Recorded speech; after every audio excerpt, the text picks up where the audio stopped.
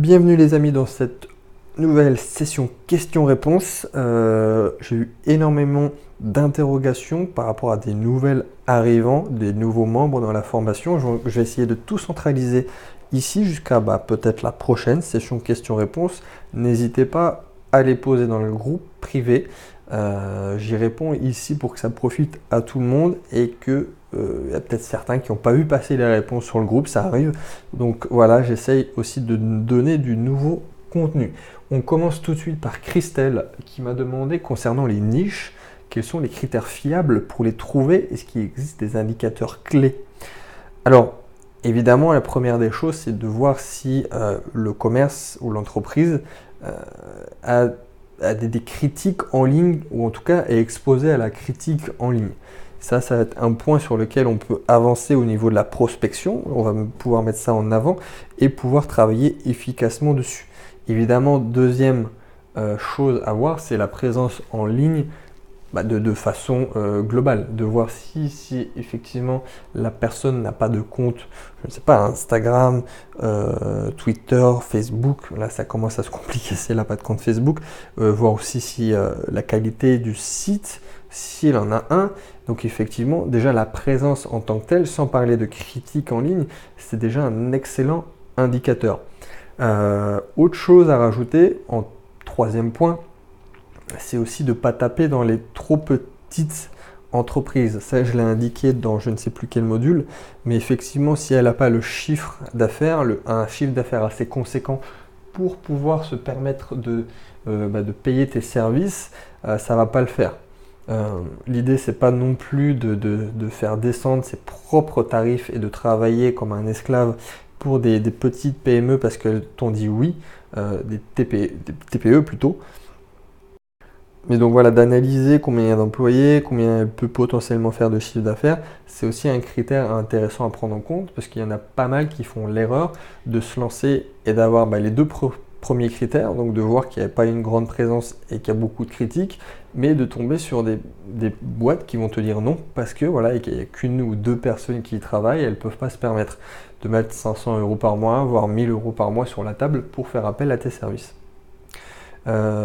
J'ai commencé par la question de Christelle parce qu'elle a mis un commentaire très pertinent aussi. C'est qu'elle a mis texto. Je rajouterai mon expérience actuelle. Je suis dans un cas des couveuses d'entreprise. Alors ça, c'est pas mal. Donc j'ouvre les guillemets encore une fois. Idéal pour ceux qui veulent tester une nouvelle activité sans avoir à opter pour un statut. Pour le chômeur, c'est top. Tu continues à toucher ton chômage. Tu es toujours couvert au niveau de la sécu, tu bénéficies de formations gratuites et pour le coup Christelle, elle va suivre pendant 2 jours une formation sur la prospection téléphonique. Donc voilà, là le cas vraiment spécifique et ça je n'étais pas vraiment au courant, c'est ce qu'on appelle une couveuse d'entreprise. Donc si toi tu es dans ce cas-là et ça peut t'intéresser, va regarder comment ça fonctionne. Une autre question, je n'ai pas noté de qui elle était, mais je l'ai eu plusieurs fois. Alors je la mets ici tout de suite. Comment démarrer une page Facebook de zéro? Comment voir le potentiel et faire croître une page Facebook tout simplement? Alors il y a plusieurs notions à prendre en compte. Et la première erreur à ne pas faire, c'est d'inviter ses amis. Alors ça, vous l'avez peut-être entendu, vous avez peut-être même envie instinctivement de le faire, d'aller inviter vos amis à liker, sauf que dans l'algorithme Facebook, ça c'est très mauvais. Surtout si vous le faites en masse, si vous le faites peut-être 2, 3, 4 pour ne pas être à zéro au début, on est d'accord, ça peut être sympa. Mais après, Facebook va calculer le fait que tu vas les inviter, mais les personnes ne sont pas intéressées par ce qui sera sur cette page. Donc, dans son algorithme, elle va avoir tant de likes avec des personnes qui ne sont pas intéressées. Donc, par la suite, ça sera plus compliqué pour que la page soit mise en avant devant les bonnes personnes. C'est ce qu'on appelle le reach. Et ça, c'est la chose à maîtriser sur Facebook. Et si tu commences à faire liker tes amis, c'est pas bon du tout. Donc ça, c'est la chose qu'il ne faut pas faire. Maintenant, qu'est-ce qu'il faut faire? Il va y avoir déjà la création de contenu en tant que tel. Alors certes, au début, tu vas peut-être créer du contenu pour 10 personnes. Ouais, certes. Puis 20, puis 30, puis 50, puis 100. Là, tu vas te dire, ah, c'est pas mal, c'est intéressant, je continue. Et oui, c'est au début que c'est toujours le plus compliqué. Et c'est même très frustrant de devoir faire du contenu pour si peu de personnes où finalement on voit vu ou atteint 4 personnes sur les 10 likes. Mais la création de contenu, ça doit être quelque chose de très régulier, toujours une question de reach et idéalement quotidiennement. Vous allez voir qu'au final, même une grande page qui a déjà énormément de likes, si elle fait très très peu de contenu, elle aura un reach très faible. Alors qu'une personne qui a peut-être une page 10 fois moins importante, mais qui met du contenu régulièrement, voire quotidiennement, idéalement, elle va avoir presque le même reach que la personne ou la page qui a 10 fois plus de likes. Donc ça, c'est important à comprendre aussi dans cet aspect où il va falloir faire du contenu pertinent tout de suite. Ensuite, troisième point, ça va être le fameux concours, le fameux jeu concours que j'ai expliqué dans le détail. Alors certes, le but premier du jeu concours, du super jeu concours, ça va être de récupérer les mails. Ça, c'est la première chose à faire, parce qu'ensuite, l'emailing, c'est la chose qui convertit le plus. Mais une pub que tu vas lancer sur Facebook, ça va marcher comme jamais. Tu vas récupérer des likes, alors à la fois par le jeu concours en tant que tel, parce que ça va engendrer de l'interaction, mais aussi parce que ça va atteindre, si potentiellement tu fais de la pub sur cette publication, ça va atteindre des nouvelles personnes que tu vas pouvoir inviter. Ça va être quelque chose de secondaire, puisque tu vises les mails, comme je viens de le dire, mais tu vas pouvoir inviter les personnes à liker la page, puisque elles seront vraiment intéressées, contrairement à tes amis que tu as potentiellement invités au départ. Donc là, c'est le double effet qui se coule. Tu veux récupérer les mails et tu fais grossir ta page Facebook tout de suite, de zéro. Alors, mets un peu de contenu, peut-être 5 à 10 posts avant de commencer un jeu concours aussi important, mais fais-le quand même. Alors, évidemment, dernière chose, ça va être essayer de connecter Facebook à tout ce qu'il y a d'autre extérieur, c'est-à-dire de vraiment créer un écosystème. Et par exemple, si tu leur crées un compte Instagram, Twitter, que tu as un site web et je ne sais quoi d'autre, tu vas mettre à chaque fois, ou même un compte YouTube, tu vas mettre à chaque fois le lien Facebook pour que ça redirige. À la limite, il faut que ça crée un circuit que si une personne te découvre par n'importe quel réseau ou site ou je ne sais quoi, puisse voir tous les autres sans interruption, que ça crée une chaîne comme ça. Donc, et ça va être facile à mettre en place, ça va être rapide, il faut que tu le fasses dès le départ. Ensuite, question de Nicolas, qui est plus une précision, puisque je l'ai déjà dit dans l'information, pour savoir géographiquement où cibler, parce que je dis qu'effectivement c'est plus efficace de rester sur sa région, sur sa ville, mais on va quand même diversifier les quartiers. On va pas par exemple vouloir travailler avec tous les commerçants de la même rue, parce que ça rime à rien, tu vas toi-même bousiller tes efforts. S'il y a 2 fleuristes ou 2 restaurants italiens dans la même rue, ça va pas le faire, tu vas pas pouvoir travailler pour les mêmes, pour ces 2-là ou ces 3-là dans la même rue, puisque si tu commences à faire des campagnes, à créer du contenu, tu vas te tirer dans les pattes et tu vas pas avoir le même reach. C'est comme si toi-même tu étais un concurrent à toi-même en fait.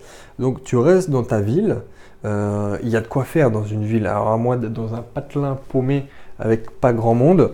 Moi, en l'occurrence, à Montpellier, là, je connais bien les quartiers, bon, même si je suis pas originaire de la ville, mais tu peux aller faire 2 commerçants différents dans un secteur à l'est, puis à l'ouest, puis au sud, puis au nord, puis sachant que tu as toujours les villes annexes qui rentrent dans la grande ville, donc tu peux aller voir aux alentours, tout en restant dans un périmètre de 10-15 minutes.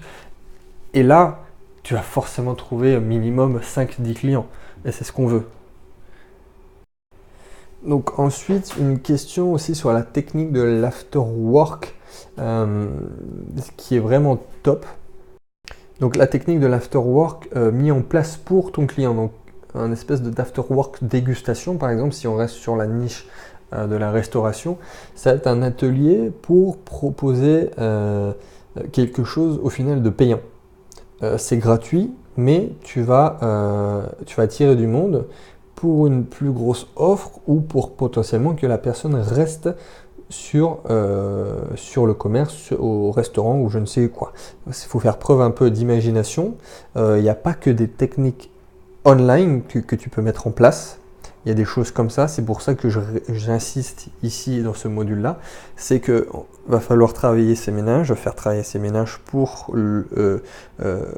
dans l'idée de ne pas être que 100% online et que des techniques comme ça, c'est super efficace. Avec la promotion en ligne, évidemment, tu vas pouvoir mettre plein d'idées, des choses en place, mais il faut avoir aussi du recul. Tu vas peut-être manquer de recul si tu restes que en ligne. Et il faut simplement travailler sur ton marketing aussi dans la vraie vie. Tu peux chercher à mettre des choses en place comme ça, comme l'afterwork dégustation. Et c'est top parce que tu travailles sur plusieurs piliers à la fois. C'est-à-dire que c'est tes meilleurs clients qui vont potentiellement venir. Tu crées du lien. Eux, il y a une chance sur deux pour qu'ils restent sur place et achètent quelque chose. Et tu peux aussi potentiellement proposer un upsell ou un downsell sur le moment donné. Alors ça, c'est applicable à tout, hein. Je t'ai donné la niche de la restauration, mais pour un fleuriste aussi, tu peux faire des activités comme ça. Et en plus, voilà, ça te fait du contenu pour tes réseaux sociaux. Tu vas avoir des clients super satisfaits. Tu peux faire des témoignages. Tu auras plein de photos, de vidéos à partager. Et évidemment, c'est pas quelque chose de one shot qui va changer toute la vie du commerce. Mais si tu fais ça de façon récurrente au fil des semaines, au fil des mois, sur une année, ça change tout un business. Ça change tout un business. Ensuite, question de Pascal qui demande comment marche un remboursement potentiellement si on travaille avec une entreprise et qui n'est plus satisfait ou qui ne veut plus continuer de travailler avec nous. Est-ce qu'on doit considérer ça comme une période d'essai, un peu comme un salarié avec un CDI, ou est-ce qu'on se fait jeter comme un malpropre par la suite? En fait, c'est simple. C'est que moi, et c'est ce que j'ai dit dans la formation, je fonctionne sous une période d'essai de 90 jours, donc 3 mois, pour leur dire texto que c'est la période qu'il faut pour avoir des résultats conséquents et mesurables. En dessous de ça, ça va être un peu compliqué. Donc, en gros, tu signes tout de suite pour 90 jours. Alors, ça ne va pas être du 100% garanti ou satisfait, c'est-à-dire que ça, tu le proposes sur un mois à l'autre. Mais 90 jours, tu ne vas pas rembourser les 90 jours. Qu'on soit bien d'accord, tu vas proposer ton offre, ça va être sur le mois, les 30 jours qui précèdent. Ensuite, tu continues et de façon moyen et long terme avec l'entreprise. Alors après, au niveau du remboursement, il faut bien préciser que toi, tu as peut-être potentiellement des frais en moins et là, il faudra retirer ou alors que tu te mettes toi d'accord avec l'entreprise tout de suite ou que tu le rajoutes, si toi tu as envie personnellement, que tu le rajoutes dans ton contrat. Ça peut différer des personnes, il y en a qui ont préféré avoir une offre irrésistible en disant je m'occupe de tout, de même payer les frais en cas de remboursement, et d'autres qui vont dire non quand même, il ne faut pas abuser, que ce soit les frais en ligne comme les choses qu'on a mises en place, ça sera pris en compte en décompte du remboursement.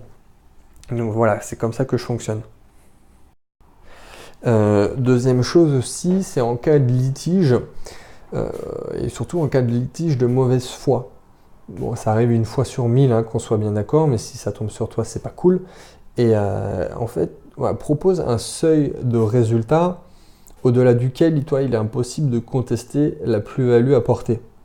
En gros, tu vas demander à la personne de voir ses chiffres, de voir son chiffre d'affaires, et s'il est supérieur à ce que tu as coûté, tu rembourses pas, hein. Tu rembourses pas. Bon après, ceci dit, si c'est le cas, je vois pas pourquoi la personne voudrait arrêter de travailler avec toi, mais ça peut arriver, hein, tout peut arriver. Mais voilà, si toi aussi tu as envie de mettre un seuil de résultat où c'est impossible de contester ta plus-value, c'est peut-être aussi un truc que tu vas devoir mettre en place dans ton contrat.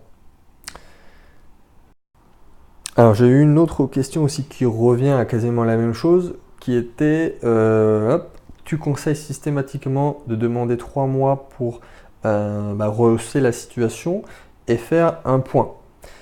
Oui, en fait, c'est exactement ça. Donc, effectivement, tu vas dire comme je viens de l'exposer, que en moins de 3 mois c'est compliqué, mais surtout qu'au bout de 3 mois, tu vas pouvoir faire le point sur ce qui va, ce qui ne va pas et continuer toujours avoir une excellente communication avec ton client et aussi à rehausser potentiellement la situation et à passer sur un package supérieur.